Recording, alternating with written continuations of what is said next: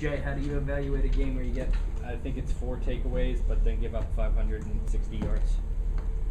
Well, it's hot and cold. I mean, there's a lot of good things that happen. There's some things that weren't so good. And obviously our challenge is to keep correcting the problems and accentuate the things that are good and build on the positive.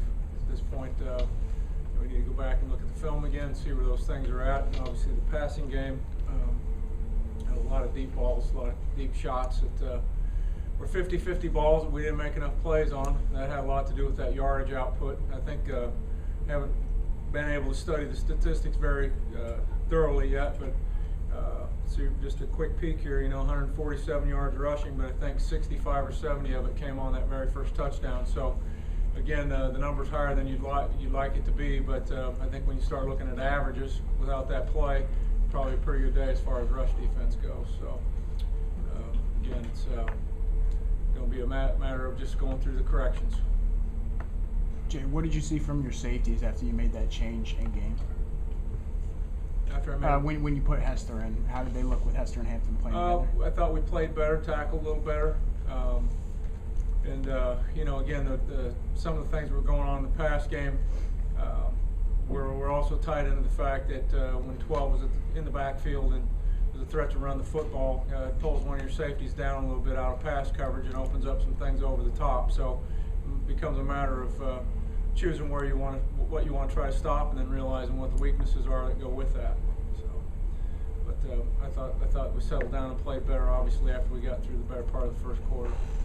Jay, just to clarify, was Choppy shaken up, or was that a coach's decision? I'm not 100% sure, to be honest with you, whether there was an injury involved there, or whether it was just a deal where Coach Bush felt like Kai might serve a little better at that point in time.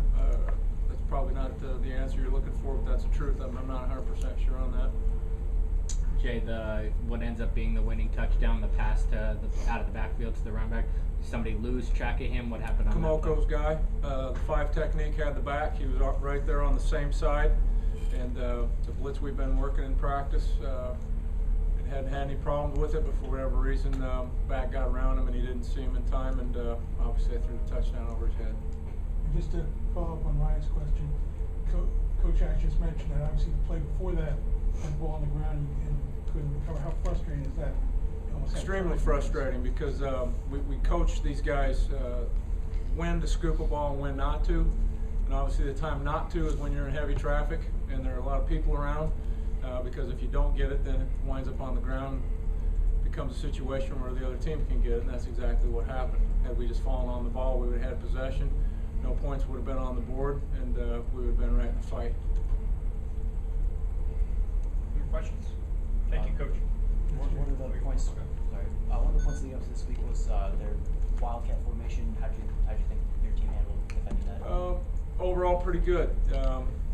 They had a lot of rushing yards out of that backfield package last week. I don't know. We obviously hadn't had a chance to break the rushing totals down by who was in the backfield at what time. But again, considering 60-some, maybe 70 yards of that is all on that first touchdown run, I got to think that the averages there are probably pretty solid in terms of how we did against them when the Wildcat people were in the backfield.